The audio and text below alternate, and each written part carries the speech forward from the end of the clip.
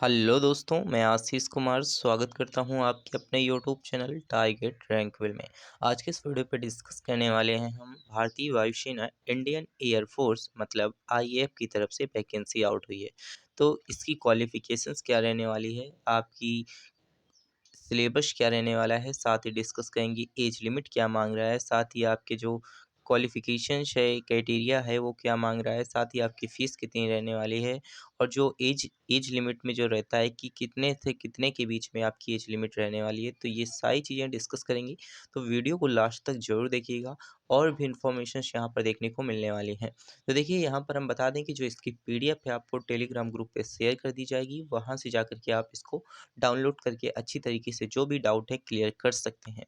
तो आइए देखते हैं भारतीय वायुसेना की तरफ से जो वैकेंसी आउट हुई है वो कब आउट हुई है, कब तक फॉर्म अप्लाई होंगे और कब तक फॉर्म यहाँ पर भरे जाएँगे और आपका पेपर कब होने वाला है।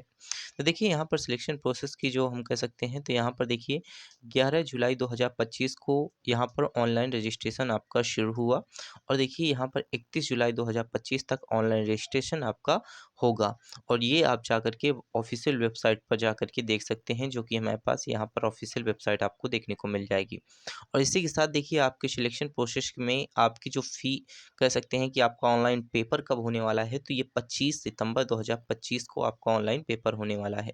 तो देखिए यहाँ पर बहुत ही इम्पोर्टेंट अपडेट है, तो यहाँ पर वीडियो बनाना बनता है। अब देखिए एज लिमिट की बात करते हैं, तो age limit date of birth black मतलब 2 जुलाई 2005 से यहाँ पर 2 जनवरी 2009 के बीच अगर आपकी एज लिमिट है तो आप फॉर्म को अप्लाई कर सकते हैं। मतलब यहाँ पर समझे, इतने और इतने के बीच में अगर आपकी एज लिमिट है तो आप फॉर्म को अप्लाई कर सकते हैं और अगर यहाँ पर एज लिमिट की बात करें तो यहाँ पर 21 ईयर लगभग आपकी एज लिमिट माँग रहा है। तो यहाँ पर आप फॉर्म को अप्लाई ज़रूर कीजिएगा। अब देखिए हम क्वालिफ़िकेशंस की बात करते हैं, तो क्वालिफ़िकेशंस में आपके क्या माँगता है? तो क्वालिफ़िकेशंस में आपसे देखिए यहाँ पर क्वालिफ़िकेशंस में साइंस सब्जेक्ट होना चाहिए आपके पास, इंटरमीडिएट में साइंस सब्जेक्ट होना चाहिए जिसमें मैथ, फिजिक्स और आपकी इंग्लिश में लगभग आपके 50% मार्क्स होने चाहिए। और देखिए इंग्लिश में 50% मार्क्स होना ज़रूरी है। यहाँ पर बताया गया है कि इंग्लिश में आपके 50% मार्क्स होना ज़रूरी है। अगर आपके पास 3 इयर्स का diploma course of engineer, mechanical, electrical, civil, automobile, computer science and instrument technology information and centre state अगर कहीं से भी आपका पॉलिटेक्निक है तो 50% मार्क्स आपके प्रत्येक पॉलिटेक्निक मतलब प्रत्येक ईयर में आपके 50% मार्क्स होना चाहिए। मतलब यहाँ पर बताया गया है कि English is not a subject diploma course. English को यहाँ पर सब्जेक्ट नहीं माना गया, डिप्लोमा कोर्स माना गया है। यहाँ पर मतलब गलती हो गई, तो यहाँ पर आगे लिख दिया कि English not a subject in diploma course. तो यहाँ पर देखिए मतलब हर एक सेमेस्टर में आपके 50% मार्क्स के ऊपर होने चाहिए, तो आप फॉर्म को भर सकते हैं। इसी के साथ देखिए 3 इयर्स वैक्सीनेशंस कोर्स होना चाहिए, नॉन वैक्सीनेशंस कोर्स होना चाहिए, लेकिन फिजिक्स एंड मैथमेटिक्स कंपलसरी आपके पास होना चाहिए। तो यहाँ पर 50% मार्क्स आपके वैक्सीनेशंस कोर्स में होने चाहिए, पर सेमेस्टर होना चाहिए। अगर सेमेस्टर चलते हैं तो पर सेमेस्टर, नहीं चलते तो सेमेस्टर वाइज़ नहीं होना चाहिए, मतलब साल का आपको 50% मार्क्स दिखाना होगा। और देखिए अदर देन सब साइंस सब्जेक्ट में देखें तो अदर देन साइंस सब्जेक्ट में भी आपके 50% मार्क्स होना कंपलसरी है। मतलब यहाँ पर बताया गया है कि आपके 50% मार्क्स तो हर एक सब्जेक्ट में हो ही हो, लेकिन इंग्लिश में आपके 50% मार्क्स होना ज़रूरी है। अब देखिए यहाँ पर कुछ नोट्स दिए गए हैं, तो नोट्स को हम पढ़ लेते हैं। तो यहाँ पर देखिए कौन-कौन से फॉर्म को अप्लाई कर सकते हैं। जो 12 पास बच्चे हैं वो फॉर्म को अप्लाई कर सकते हैं, डिप्लोमा कोर्स कर रहे हैं वो फॉर्म को अप्लाई कर सकते हैं। Vaccinations course and non vaccinations course कर रहे हैं तो वो भी फॉर्म को अप्लाई करते हैं, लेकिन फिजिक्स और मैथ उनका कंपलसरी होना चाहिए। इसी के साथ देखिए वो साइंस सब्जेक्ट से हों, साइंस स्ट्रीम से हों, तो यहाँ पर both science subject and other than science subject examinations यहाँ पर 2 तरीके से एग्जाम होते हैं। एक साइंस सब्जेक्ट का होता है, एक both then other science subject का होता है। तो दोनों में फॉर्म अप्लाई कर सकते हैं आप। देखिए एजुकेशन किसी भी बोर्ड से हो सकती है, आपकी एजुकेशन होनी चाहिए और हर एक एजुकेशन में आपके मतलब यहाँ पर कह सकते हैं कि 50% मार्क्स तो होना कंपलसरी है। और देखिए डोमिसाइल सर्टिफिकेट आपके पास क्या होना चाहिए, डोमिसाइल सर्टिफिकेट जो आपके पास है, डोमिसाइल सर्टिफिकेट आपके पास होना ज़रूरी है। तो डोमिसाइल सर्टिफिकेट का ये रहता है कि आपका 1 साल के अंदर का हो तो अच्छा रहता है, लेकिन अगर 3 साल अभी कंप्लीट हुए नहीं हैं तो आप अगर हो गए हैं 3 साल अगर आपके डोमिसाइल के, तो आप तुरंत बनवाइए। और यहाँ पर देखिए परमानेंट डोमिसाइल यहाँ पर आपके पास होना चाहिए। और इसी के साथ देखिए हम हाइट की बात कर लेते हैं, आपका मेजरमेंट किस तरीके से होगा, यहाँ पर आपका फिजिकल टेस्ट किस तरीके से होगा। तो male candidate and female candidate दोनों का देख लेते हैं। तो मेल कैंडिडेट का 152 सेंटीमीटर एंड फीमेल कैंडिडेट का यहाँ पर 152 सेंटीमीटर, दोनों का लगभग सेम ही है। यहाँ पर देखिए एज रिलैक्सेस मतलब यहाँ पर रिलैक्सेशंस देखने को मिलेगा। जो उत्तराखंड के बच्चे हैं उन्हें 147 सेंटीमीटर को देखने को मिलेगा।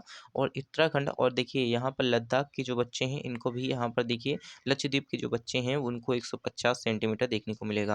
और देखिए वेटेज की बात करते हैं, वेट जो होता है आपको यहाँ पर वेट जो है आपकी हाइट के हिसाब से वेट को काउंट किया जाएगा। तो आप यहाँ पर हाइट के हिसाब से वेट को आपको काउंट किया जाएगा। तो यहाँ पर ये बता दिया गया। इसी के साथ देखिए यहाँ पर हम बात करते हैं, जो भी आपके डाउट हैं क्लियर कीजिए। देखिए यहाँ पर जो चेस्ट है आपकी, चेस्ट को देख लेते हैं। तो चेस्ट आपकी 77 होनी चाहिए।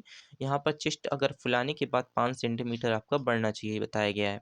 और देखिए हेयरिंग की आपकी 5 मीटर जो आप सुन सकें, 5 मीटर दूरी तक सुन सकें।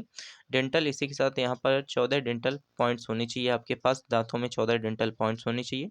जनरल हेल्थ अच्छी होनी चाहिए। जेंडर आपका मेल फीमेल दोनों तो हमने बता ही दिया कि आपका होना चाहिए जेंडर। इसी के साथ देखिए यहाँ पर हम बात करते हैं, तो जो आपका कलर रिवीजन होता है, जो कलर रिवीजन में आपकी आइज़ की जो विजन एक्टिविटी है वो 6/12 होनी चाहिए आपके पास। 6/6 ईच आइज़ होनी चाहिए, मतलब प्रत्येक आइज़ होनी चाहिए। देखिए यहाँ पर बताया गया है कि आपकी जो maximum limit for the reflexive error, तो यहाँ पर देख सकते हैं आप, यहाँ पर डायप्टर डी का मतलब होता है। तो आप यहाँ पर नाप लीजिए जो भी आपके हैं कलर रिवीजन, अगर आपके पास है तो आप फॉर्म को अप्लाई ना करें तो बेहतर होगा। अगर ये कलर रिवीजन नहीं है तो फॉर्म को अप्लाई ज़रूर करें। इसके साथ देखिए आपके पास कोई भी यहाँ पर जो भी चीज़ें लिखी हुई हैं तो वो हर एक चीज़ को डिटेल में लिखा गया है। तो उतना बताने के लिए वीडियो लंबी हो जाएगी। तो यहाँ पर देखिए हम जो इम्पोर्टेंट चीज़ें हैं वो बता देते हैं। देखिए आपको एयर फोर्स में 4 ईयर के लिए रखा जाएगा। पीरियड टाइम आपका 4 ईयर रहने वाला है।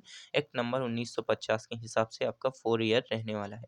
इसके साथ देखिए आपकी जो ट्रेनिंग के लिए आपको 6 मंथ का समय दिया जाता है। ट्रेनिंग आपका 6 मंथ का होता है।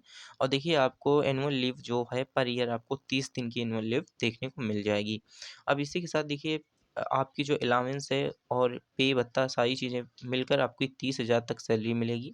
इसमें आपका देखिए सेवा निधि के ज़रिए आपको जो सैलरी का कुछ हिस्सा है आपसे ले लिया जाएगा सेवा निधि के ज़रिए। इसमें आपको देखिए फर्स्ट ईयर 21,000 मिलेगा, सेकंड ईयर 23,000 और देखिए थर्ड ईयर 25,500 और फोर्थ ईयर 28,000 मिलेगा।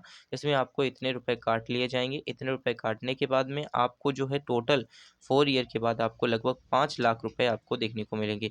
मतलब 5-5 लाख मतलब 10 लाख लगभग आपको देखने को मिलेंगे। 10.4 लाख मतलब यहाँ पर देखिए सेवा निधि के ज़रिए 5 लाख तो आप ही के हो जाएँगे, लेकिन 5 लाख आपकी सरकार देगी आपको। तो 4 ईयर्स के बाद आपको देखने को मिलेगा। तो ये सारी चीज़ें तो बहुत पता होंगी आपको, जो तैयारी कर रहे हैं, तो ये सारी चीज़ें आप पता ही रखते हैं। देखिए यहाँ पर ऑनलाइन टेस्ट होगा आपका। ऑनलाइन टेस्ट में आपके सब्जेक्ट जो होंगे, सब्जेक्ट में आपका फिजिक्स, मैथ, इंग्लिश होगा, रीजनिंग होगा, ये सारी सब्जेक्ट तो आपके पास होते ही हैं। तो देखिए साइंस सब्जेक्ट में आपका जो है साइंस सब्जेक्ट 60 मिनट का समय मिलेगा और जिसमें फिजिक्स, मैथ और इंग्लिश आपको देखने को मिलेगा। और other than both science subject में आपको 45 मिनट का समय मिलेगा। और देखिए इसमें English, reasoning and general awareness देखने को मिलेगा। Science subject and other than science subject में आपको 85 मिनट का समय मिलेगा, जिसमें फिजिक्स, मैथ एंड इंग्लिश देखने को मिलेगी, जिसमें रीजनिंग एंड जनरल अवेयरनेस देखने को मिलेगा। और देखिए नेगेटिव मार्किंग यहाँ पर आपको देखने को मिलेगी, तो फॉर्म को अच्छी तरीके से देखिएगा और पेपर को अच्छी तरीके से दीजिएगा, क्योंकि यहाँ पर आपकी नेगेटिव मार्किंग है। देखिए फ्रेज 2 में आपका क्या रहता है कि फ्रेज 2 में आपको यहाँ पर फ्रेज 2 के लिए आपको क्या करना पड़ता है कि यहाँ पर देखिए आपके पास फेज़ 2 का एडमिट कार्ड आएगा, उसे प्रिंट करके एप्लीकेशन से डाउनलोड करके आपको रजिस्ट्रेशन करना होगा। जो भी यहाँ पर डॉक्यूमेंट्स आपसे माँगते हैं, डॉक्यूमेंट सबमिट करने होंगे। आपकी जो कह सकते हैं कि चेस्ट से लगी हुई एक स्लेट के ज़रिए आपकी जो एक फ़ोटो होती है वो आपको लगानी होगी। अगर 3 ईयर्स का डिप्लोमा है, 2 ईयर्स का वैक्सीनेशन है, आपको सारी चीज़ें डॉक्यूमेंट्स वहाँ पर लगाने होंगे। तो ये सारी चीज़ें हैं, जो भी हैं यहाँ पर आप पढ़ लीजिए, जो भी डाउट हैं क्लियर कीजिए। और यहाँ पर सारी चीज़ें तो आपकी बताई जा रही हैं, जो भी चीज़ें आपको बताने लायक हैं, तो वो सारी चीज़ें तो आपकी बताई जा रही हैं। ये देखिए सारी चीज़ें तो आपकी यहाँ पर लिखी हुई हैं और यहाँ पर देखिए यहाँ पर आपकी जो दौड़ होगी वो कितनी रहने वाली है, तो दौड़ 1.6 किलोमीटर रहेगी। मेल कैंडिडेट के लिए 7 मिनट में एंड फीमेल कैंडिडेट के लिए 8 मिनट में दौड़ना होगा। अब देखिए पुशअप की बात करते हैं तो 1 मिनट में आपको 10 पुशअप एंड जो मैक्सिमम पीरियड है आपका यहाँ पर रहने वाला है, और 10 सेटअप जो होंगे 1 मिनट में एंड 20 स्कूट होंगे जो आपके 1 मिनट में होंगे। तो ये आपका जो रहेगा फीमेल कैंडिडेट के लिए यही रहेगा। फीमेल कैंडिडेट में एक चीज़ कम हो जाएगी, यहाँ पर आपको समय ज़्यादा देखने को मिल जाएगा। और देखिए यहाँ पर सारी चीज़ें हैं जो भी हैं यहाँ पर आपके सामने दी गई हैं। आपका मेडिकल एग्जामिनेशंस में क्या-क्या देखने को मिलेगा, तो ब्लड एग्जामिनेशन टेस्ट होगा, एलईटी होगा, डीटी होगा, ये सारी चीज़ें होंगी। यूरिन टेस्ट होगा, इसके बाद बायोमेट्रिक होगा, ब्लड शुगर, ये सारी चीज़ें आपकी टेस्ट होंगी। अगर आपके इसमें सारे में पास हो जाते हैं तो आपको बहुत ही अच्छी तरीके से जॉब मिल जाएगी। तो देखिए ये सारी चीज़ें हैं आपकी। हाउ टू अप्लाई किस तरीके से करेंगे, तो ये तीनों लोग आपको अप्लाई कर सकते हैं जो भी हैं। और इसी के साथ देखिए 3 इयर्स का आपके पास डिप्लोमा है, 2 इयर्स का वैक्सीनेशंस है, तो ये सारी चीज़ें तो हमने डिटेल में डिस्कस की। और आपके साथ देखिए फ़ोटो साइज़ कैसा होना चाहिए, फ़ोटो जो होनी चाहिए रिसेंट कलर आपका फ़ोटो होना चाहिए, जून 2025 का फ़ोटो होना चाहिए, 10 केबी से 100 केबी के बीच में होना चाहिए।